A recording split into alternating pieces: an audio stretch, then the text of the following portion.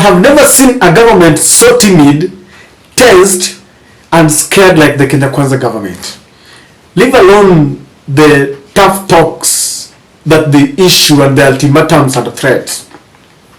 Ever since the Azimio fraternity announced that they had extended the protest days from 1 day a week to 3 days a week, beginning tomorrow, the officials in the Kenya Kwanza government are having sleepless nights, because within that period alone, they had a meeting in State House trying to look into ways of stopping the demonstrations.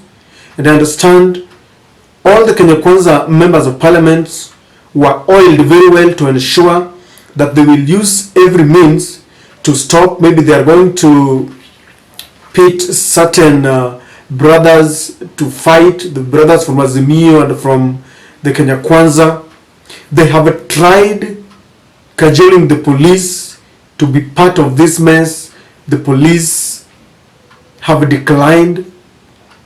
Now, recently, they went to court because they don't want to leave any stone unturned.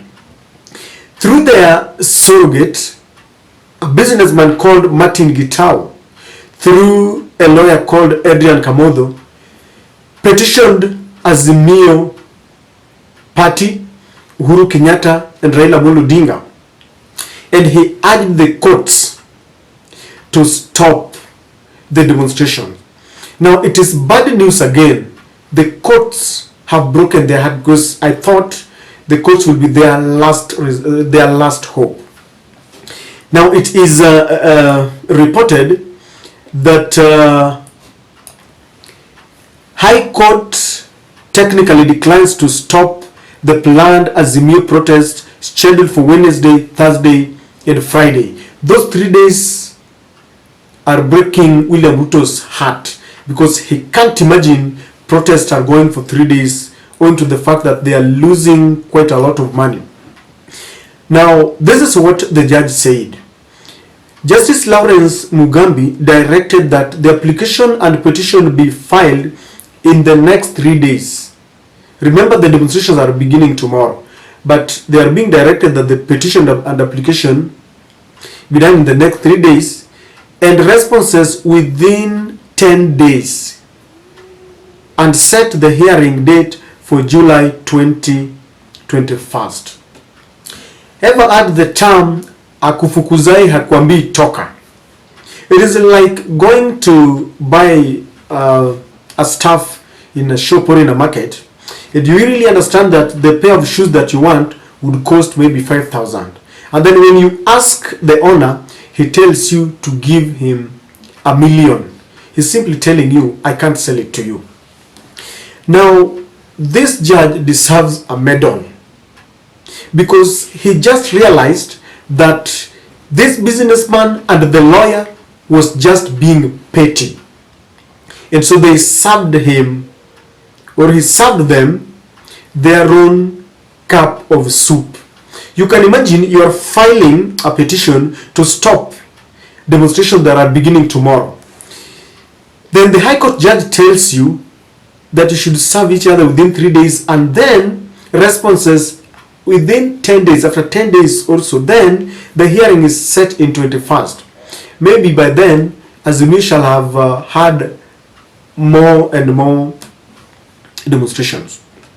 Now, why are the judges behaving the way they are behaving? Because there seems to be a paradigm shift, a complete paradigm shift that many Kenyans don't understand, because the courts have been labeled traitors. Many people look at the courts as compromised, owing to the fact that the president of the court, Madam Koome, is enjoying a cordial relationship with President William Ruto, and of course the ruling in the presidential ruling with those terms like hot air and that. And I have a feeling that the courts want to redeem themselves. You know, there comes a time when you are in the same community and the same society, and you look back in retrospect and you regret why you even did what you did, because the courts gave William Ruto this win in a very hyped ruling and high hopes, because William Ruto as an orator really promised them heaven. They are realizing that yes, apart from the fact that they were given such an amount, their accounts were replenished, and of course there have been rumor that they were also compromised certain millions each and everyone. It is being said that they pocketed some millions of shillings. But then their brothers and sisters are really worried. They are living in pathetic conditions, and so the courts want to redeem themselves. They just want to stand by the rule of law, and this is what the courts are doing. This judge knew very well that this guy was just being petty, and that is why he's saying this is hot air. They don't want to be part and parcel of the mess, because when William Ruto was voted in, they really expected that he would bring down the cost of living. And now they are giving William Ruto time, and they are realizing that everything around William Ruto is a mess. He appoints the CSS, and when they rule against it, William Ruto defies their ruling. And so they don't want to be part of the mess, and they are teaching William Ruto a lesson. There seems to be, their relationship is not really as cordial as they started, because everyone is looking at them. When Ruto defies their orders and they do nothing, William Ruto renders them as toothless dogs. And William Ruto is, setting a precedent where any other ordinary Kenyan will decide not to obey court summons and court directives. And when any such Kenyan will appear before the court, then they will say, you didn't summon the president, you didn't summon the Kenya Kwanza team, why are you now doing this to me? Is this selective justice? And the courts want to stamp their authority. This judge basically does not want to infringe on the right of Kenyans, because you know that the right to assembly, the right to picketing and peaceful demonstration is something that is dearly protected in the Constitution. Anybody going against it, anybody ruling on the contrary, is simply trying to mutilate our Constitution. And I think the judges, some of them, have decided that they don't want to be part and parcel of those who want to mutilate our Constitution. They want to be guided by the rule of law. They don't want to infringe in the rights of Kenyans. And they really understand that they are our last hope. I have always opined on this channel that when things are tough, people run to the courts. A good example is the GMO. When we realized that the government was forcing down GMO on us, certain group ran very fast to the courts, and to date it is suspended. Some say that GMO has come through the back door. Yes, it might come through the back door, but it cannot be official. When things, even when William Ruto appointed those 50 CSs, people ran to court and his moves were thwarted. So the judiciary understands that when everything fails, because we can no longer trust Parliament, Parliament has been compromised, they are pocketed. And so every step that we make it towards the courts, because the courts are our last hope. And I think Kenyans are telling the courts, please, Kenyans are pleading with the courts, please don't abandon us. Stand up to be counted. And they have decided to stand up to be counted. They have decided to be with the Kenyans who are being oppressed. And let me tell you something. These judges understand what Kenyans are going through. They understand the genesis, why we are here, where we have come from, and where we are headed. And they know very well that if they mess, Kenya will burn with them.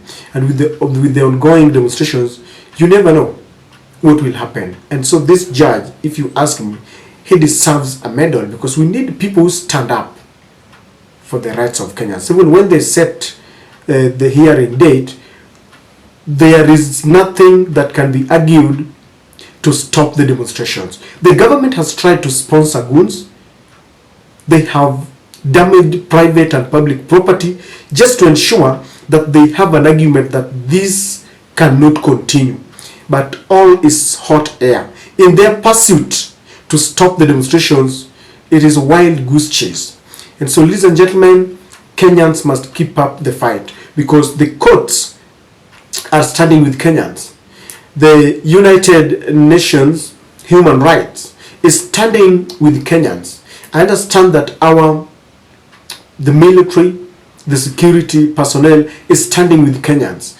It is like Ruto is left alone. He's left with a few members of parliament. He's left with a few people who still hide under their ethnic cocoons, and they feel that when Kenyans are fighting for their rights, they feel like ni mtu wao wanapigwa. That's why they are charged with, they are trying to accuse Raila Amolo Odinga of interfering with the businesses, but Kenyans are hungry, and on this, hunger does not select that you are a Kenya Kwanza, team, you are a Kikuya, Jaluo, Kale, Kisii. No, hunger is hunger, and life, the cost of living is just too high. People must fight, because I've always told you that for emancipation to be achieved, people must fight for it. Talk of the second liberation during the Nyayo era, people had to fight for it. But when you sit down pretty and wait for things to happen, it will never happen. And so the courts must be part of this fight. The police must be part of this fight, because when people are fighting for their rights, look at the squalid conditions, how the policemen are living in some pathetic conditions. Look at their houses. Ladies and gentlemen, the courts have thrown Ruto into the lakes.